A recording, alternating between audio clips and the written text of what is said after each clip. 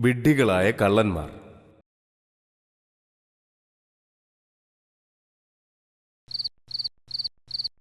ഒരു ദിവസം രാത്രി രാമന്റെ വീട്ടിൽ ചില കള്ളന്മാർ വന്നു. രാമൻ അവരെ കണ്ടു. അവരെ കബളിപ്പിക്കാൻ ഒരു പദ്ധതി ഇട്ടു. രാമൻ ഉച്ചത്തിൽ തന്റെ ഭാര്യയെ വിളിച്ചു. ലക്ഷ്മി, നമ്മുടെ നാട്ടിൽ കള്ളന്മാരുടെ ശല്യം അധികമായിരിക്കുക. നമ്മുടെ പണം, ആഭരണം എല്ലാം ഭദ്രമായി സൂക്ഷിക്കണം.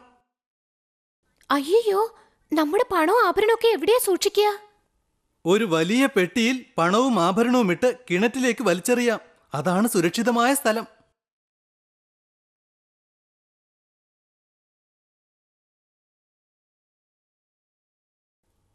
രാമനും ലക്ഷ്മിയും പെട്ടി കിണറ്റിലേക്ക് വലിച്ചെറിഞ്ഞു.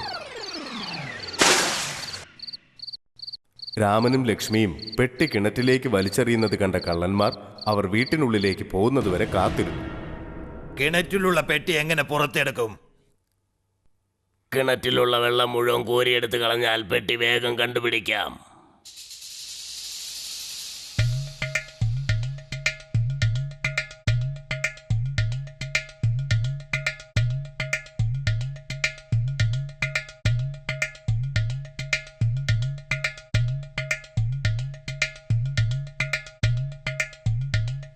വിഡ്ഢികളായ കള്ളന്മാർ കിണറ്റിൽ നിന്ന് മാറി മാറി വെള്ളം കോരി ഒഴിച്ചുകൊണ്ടിരുന്നു.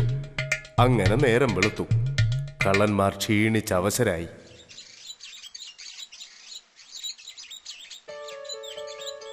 അപ്പോൾ തെന്നാലി രാമൻ അവിടെ എത്തി.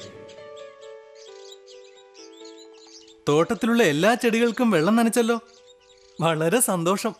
നീ എന്താ പറയുന്നത്? നിങ്ങളെ വിഡ്ഢികളാക്കണമെന്ന് കരുതി. അതേസമയം എന്റെ ചെടികൾക്കും വെള്ളം നനയ്ക്കേണ്ടിയിരുന്നു. രണ്ട് ജോലിയും നന്നായി നടന്നല്ലോ. ദൈവമേ, നമ്മുടെ ഗതി ഇങ്ങനെ ആയല്ലോ. വിഡ്ഢികളായ കള്ളന്മാർ അവിടെ നിന്നും ഓടി രക്ഷപ്പെട്ടു. അടുത്ത ദിവസം ഈ കഥ കേട്ട രാജാവ് കുലുങ്ങി കുലുങ്ങി ചിരിച്ചു. രാമന് ധാരാളം പാരിതോഷികങ്ങളും നൽകി.